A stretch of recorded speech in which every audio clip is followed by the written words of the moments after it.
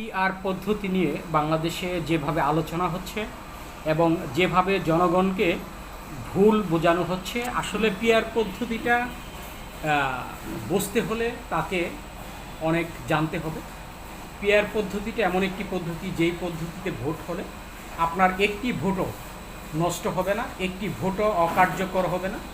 তার কারণ আমরা অনেক সময় দেখেছি নির্বাচনগুলোতে 35 কিংবা 40% ভোট পেয়ে তারা সংখ্যাগরিষ্ঠতায় তারা দেশের শাসন চালিয়েছেন এবং দেশে তারা প্রধানমন্ত্রী, প্রেসিডেন্ট, বিভিন্ন ধরনের এই সরকার ক্ষমতায় এসেছেন। কিন্তু পিআর পদ্ধতিতে নির্বাচন হলে প্রত্যেকটি দল যার যতটুকু সংখ্যানুপাতিক হারে তারা সংসদে যেতে পারবেন এবং সংসদের বাইরে কোনো প্রকার আন্দোলন হবে না। যার কারণে আমাদের বাংলাদেশে এখন এই মুহূর্তে পিআর পদ্ধতি ছাড়া নির্বাচন কোনো প্রকারই সম্ভব নয়। তার কারণ হচ্ছে এই জুলাই আন্দোলনে আমরা যেই সংস্কারের কথা বলছি, তাহলে আমরা সংস্কার থেকে অনেকটা পিছনে চলে যাচ্ছি।